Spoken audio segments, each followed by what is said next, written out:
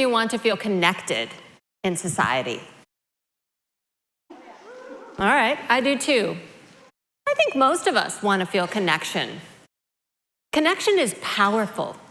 It's what allows us to grow, to be in relationship, to really honor each other's humanity. I think connection is a human right, a basic human desire, and something that we all deserve. Think of a moment when you felt really connected. Maybe when you were bonding with your best friend. Tap into that feeling for a moment. What did that feel like?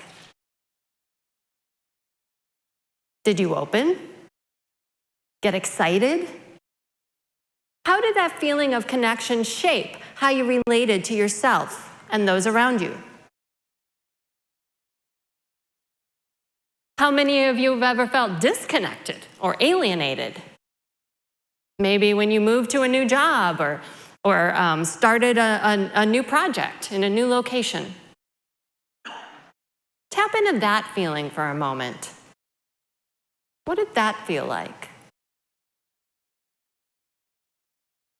And how did that shape how you related to yourself and those around you?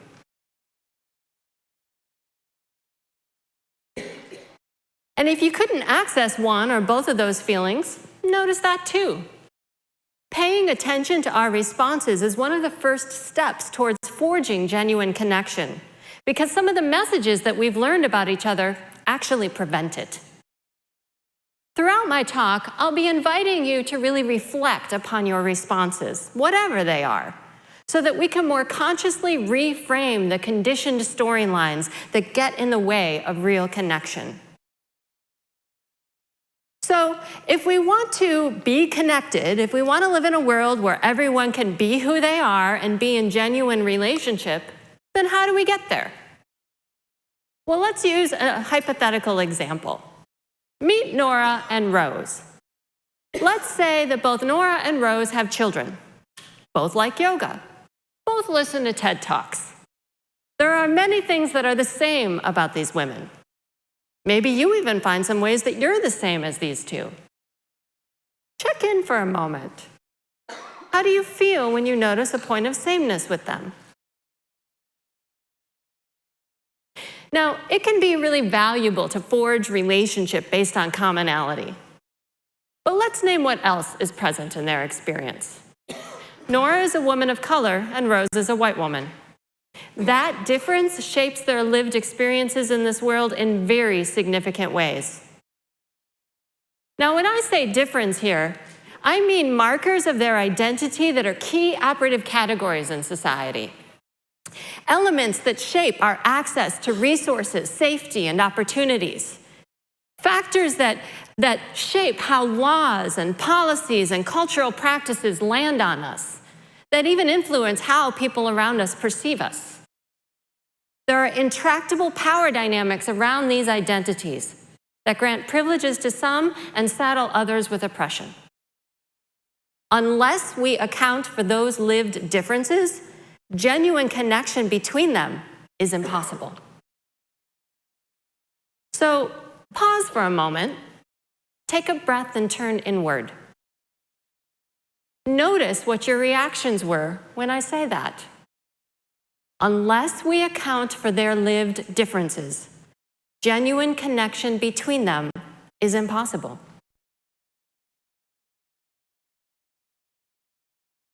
And reflect. Why those reactions? If you acted on them or spoke the words, what would happen? And consider, do they bring us closer to connection or move us further into alienation? Now, often people want to forge connection based on how we're the same. In both my gender and women's studies teaching and in my yoga and mindfulness work, I often hear people say, well, we're all just human beings, which usually means that the way to forge connection is through sameness, right? We're connected because we're all human. Now, that pattern usually goes a step further. When people bring up key points of difference, particularly if it's around loaded topics such as racism or Islamophobia, some people say that talking about difference is dividing us. that talking about difference is dividing us. Now, this desire to just all be human, it seems intuitive, right? But it comes with a major cost, the erasure of difference. Or more precisely, the erasure of how difference actually operates in this world. We need to reframe that storyline. Difference is not the barrier to connection, it's the bridge. So pause and turn inward. Notice your reactions. Difference is not the barrier to connection, it's the bridge. Reflect. What's underneath those reactions? And consider, do they bring us together or further divide us? Let's take another example. How many of you assumed I was heterosexual? I'm not. I'm a lesbian. Notice if a connection that may have tenuously been there became shaken when I defined that part of my identity. Because that's another consequence of avoiding difference. People not only erase difference, but by extension, they force people into a box that doesn't fit them and actually often harms them.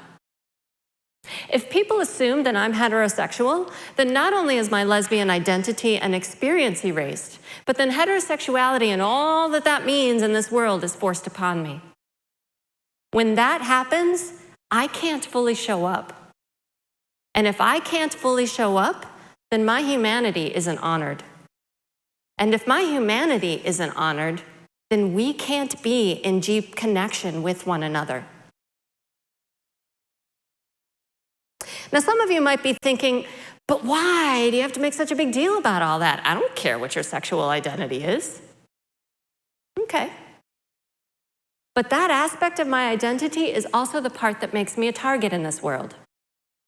Given current power dynamics, it's the part that makes me check the safety of my surroundings before holding my wife's hand. It's the part that meant we weren't able to be married in a union that was federally recognized until a few years ago. It's the part that targets the transgender and gender nonconforming people in my community with extreme violence and ongoing discrimination. It's the part that costs many members of my community their jobs, their families, their homes, their safety, and more. Not acknowledging difference means erasing that daily and historical struggle. We can't all just be human when some of us are continually dehumanized in society. We can't all just be human when some of us are regularly dehumanized in society. But that part of my identity is also resilient and creative and beautiful. Okay, the LGBTQ community is awesome. We rock, okay? So honoring difference means recognizing that there is value and inherent worth in our different identities. That our different lived experiences bring us both pain and marginalization, but also resilience, wisdom, and strength. Now, of course, if we're in relationship, there may be exchanges when my lesbian identity doesn't come up at all. It's not all of who I am. But the more people refuse to recognize and value it, the more important it becomes. Why? Because when people who are marginalized say, I need you to see this part of my identity in order for me to show up and in order for us to fully connect. And then someone else says, all this talk about difference is dividing us. Let's focus on sameness. That translates as someone else's comfort is more important than my humanity. Someone else's comfort with sameness becomes more important than my humanity. Why is difference so frightening for some of us? What's underneath the desire to not notice difference? Well, I think it's partly the discomfort that comes from our paradigms about the world being shaken. The benefits some of us get from not facing the effects of difference, and by extension, our role in that. But it's also that our sense of who we think we are is being shaken. Because it's not just the other person who gets revealed when we really talk about difference. It's also our own identity, our own position, and the power dynamics between us. I mean, think about it. If you thought I was heterosexual and I come out as lesbian, then your assumptions are shaken. And it's not just me who has a sexual identity. You do too. It's not just Nora who has a racial identity as a person of color. Rose does too as a white person. So Rose might have to begin to notice what it means to be white in this society, and why Nora, whom she cares about, has such different lived experiences than she does. She might have to begin to pay attention to all the ways that Nora is regularly discriminated against, both by individuals, but also by policies, laws, and cultural practices. Now, some people might be thinking, but isn't it discriminatory to see race or notice disability? Some of us are taught that naming difference itself is offensive. Imagine, a white father is with his white child at the playground, and the child says, "My black friend," or, "Daddy, why is that woman wearing a scarf on her head?" Often, the father will shush the child, sending the message that we can't notice or talk about difference. But there is a big difference between naming that someone is wearing a hijab and maybe fasts for Ramadan, and calling that person a terrorist or ripping off their hijab. This is discrimination, violence, and oppression, not acceptable. But this, naming what it is, naming that person's identity, that doesn't have to be offensive.